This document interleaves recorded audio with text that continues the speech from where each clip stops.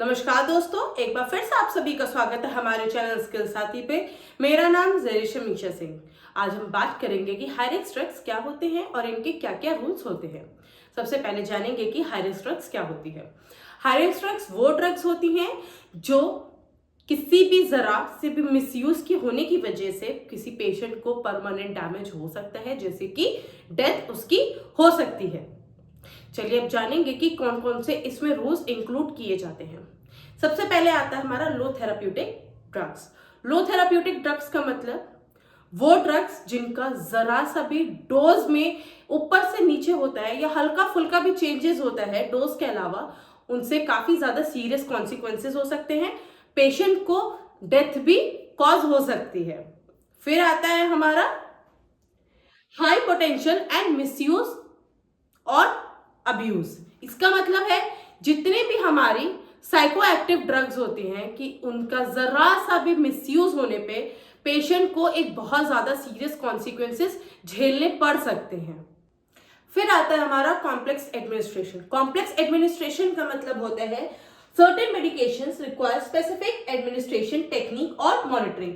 जो मेडिसिन या कुछ ऐसी मेडिसिन जिनको स्पेसिफिक एक कॉम्प्लेक्स तरीके से एडमिनिस्टर करना चाहिए, उनकी कुछ टेक्निक होती हैं उन मेडिसिन की, या फिर उन मेडिसिन को बहुत ज्यादा मॉनिटर करना पड़ता है टू एंश्योर सेफ्टी। पेशेंट की सेफ्टी के लिए error in this process can be particularly dangerous with high risk drugs. In cases में ये बहुत ज्यादा डेंजरस होता है जो भी हाई रिस्क मेडिसिन होती हैं। चलिए अब हम कुछ एग्जांपल्स आपको बताते हैं कि कौन कौन सी मेडिसिन होती हैं जिनको बहुत ज्यादा एडमिनिस्ट्रेशन टेक्निक के द्वारा करा जाता है या फिर उनकी बहुत ज्यादा मॉनिटरिंग करी जाती है। सबसे पहले है हमारा एंटीकॉगुलेंट। एंटीकॉगुलेंट जिसे हम ब्लड थिनर्स भी कहते हैं, अगर इनका सही तरीके से नहीं दिया जाए या इनकी डोज फॉर्मेशन पेशेंट को जरा सी ज्यादा चली जाए तो ये ब्लीडिंग शुरू कर सकते हैं। फिर आता है हमारा एंटी एरिथमेटिक, जिसको हम हार्ट रिदम की मेडिसिन कहते हैं। अगर ये मेडिसिन को हम सही तरीके से प्रॉपर डोज में नहीं देंगे तो जितनी भी हमारी इलेक्ट्रिकल रिदम होती है हार्ट की, उनको ये डिसबैलेंस कर सकता है और जिसकी वजह से पेशेंट को बहुत ही ज्यादा सीरियस हार्म या कोई ऐसे सीरियस कॉन्सिक्वेंसेस हो सकते हैं। उसके बाद आता है हमारा ओपिएट्स। ओपिएट्स का मतलब पेन किलर्स। अगर हम जरूरत से ज्यादा पेन किलर्स लेंगे तो हम उसके एडिक्ट हो जाएंगे। इसकी वजह से चेस्ट डिप्रेशन भी हो सकता है, हमें रेस्पिरेटरी डिप्रेशन भी हो सकता है, या फिर हमारे को पेन किलर्स का एक्सेसिव यूज की वजह से हमारे को डेथ भी हो सकती है। फिर आता है हमारा इंसुलिन। इंसुलिन को अगर हम इम्प्रॉपर वे में लेंगे तो ये low level of blood sugar का भी रीजन बन सकता है। इसके सम रूल्स एंड रेगुलेशंस होते हैं कि कुछ स्ट्रेटजीज को प्लान किया गया है जिसकी वजह से जितना भी ये high risk drug medication error होता है ये पेशेंट को ना हो। इंश्योर करें कि हम पेशेंट को साफ तरीके से, सही तरीके से और सेफ्टी और सावधानी पूर्वक हम मेडिसिन पेशेंट को प्रोवाइड करें। फिर थर्ड पॉइंट है हमारा स्पेशल पैकेजिंग एंड लेबलिंग। इसका मतलब होता है कि high risk drugs are often have distinctive packaging and labeling to alert high care professionals and patient to prevent risk।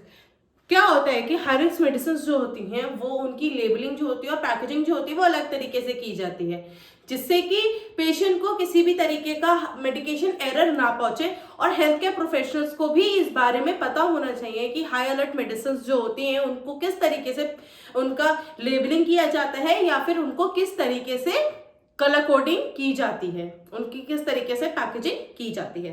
फिर आता है हमारा कंट्रोल डिस्ट्रीब्यूशन। कंट्रोल डिस्ट्रीब्यूशन का मतलब होता है सब हाई रिस्क ड्रग्स में be subject to strict control on their distribution and dispensing to prevent misuse और अब्यूज। मतलब कि हमें हाई रिस्क मेडिसिन जो है वो बहुत ज्यादा हमें कंट्रोल करना चाहिए उनको डिस्पेंस करने से। एज इट इज मतलब कि हमको ज्यादा लोगों को हाई रिस्क मेडिसिन नहीं सजेस्ट करनी चाहिए या फिर प्रिस्क्राइब करनी चाहिए और डिस्पेंस भी करनी चाहिए, तो उसको हमें कंट्रोल करना चाहिए जिससे कि हम उन मेडिसिन का मिसयूज या फिर अब्यूज होने से बचा सके। धन्यवाद दोस्तों, आज की वीडियो में इतना ही। आशा करती हूँ आपको हमारी वीडियो पसंद आई होगी। अगर आपको हमारी वीडियो पसंद आई है तो इसको लाइक करें, शेयर करें और ऐसे ही न्यू अपडेट्स के साथ हम मिलते रहेंगे और नए अपडेट्स के लिए हमारे चैनल को सब्सक्राइब करें।